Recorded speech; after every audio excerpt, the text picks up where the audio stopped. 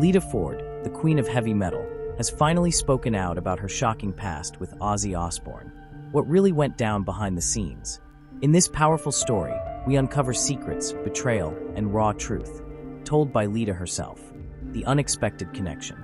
In the 1980s, the rock world was a wild and dangerous place.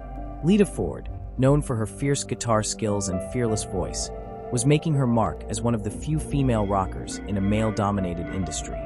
At the same time, Ozzy Osbourne, the Prince of Darkness, was already a legend, known for his wild behavior and shocking performances. Their paths crossed at a time when both were fighting for survival, Lita for respect and Ozzy for stability. Lita had just gone solo after her time with the Runaways. She was working hard to build her name, but the industry didn't always take her seriously. That's when she was introduced to Ozzy Osbourne and his wife and manager, Sharon Osbourne. The idea was simple. Ozzy would do a duet with Lita to help push her into the spotlight. It sounded like a win-win. They chose the song Close My Eyes Forever, a haunting ballad that would go on to become one of the most iconic duets in rock history.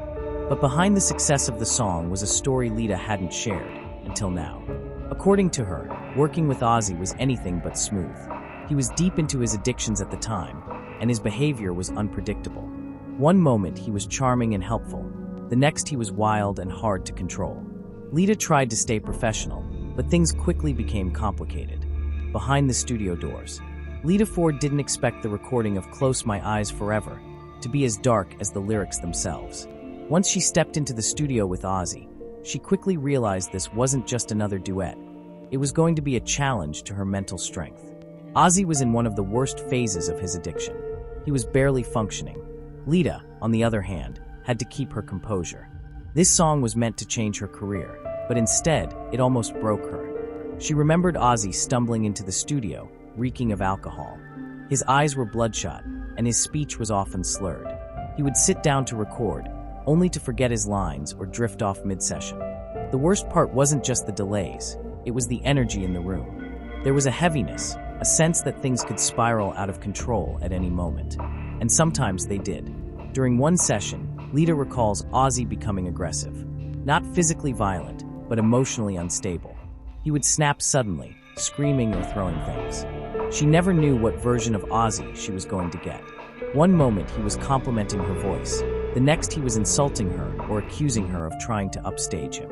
Lita was walking on eggshells, trying to keep the peace while holding on to her dream. Even more shocking, she revealed that Ozzy once tried to kiss her during a studio break. It was unexpected, uncomfortable, and completely unprofessional. Lita pushed him away and made it clear that she wasn't interested, but the damage was done. She felt violated and confused. Was this just Ozzy being drunk, or was there something more dangerous under the surface? Silence and secrets.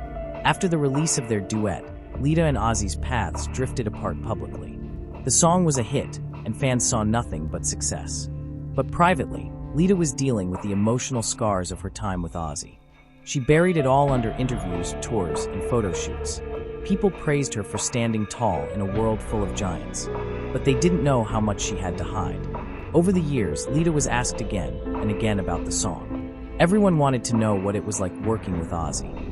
She gave safe answers. He was a genius, unpredictable but talented, and they made magic together.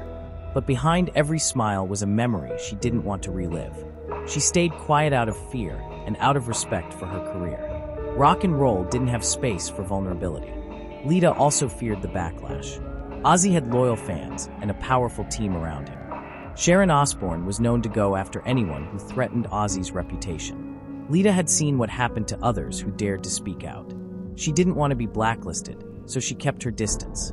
She focused on her own music, raising her family, and rebuilding her sense of self. But as the years passed, Lita started to change.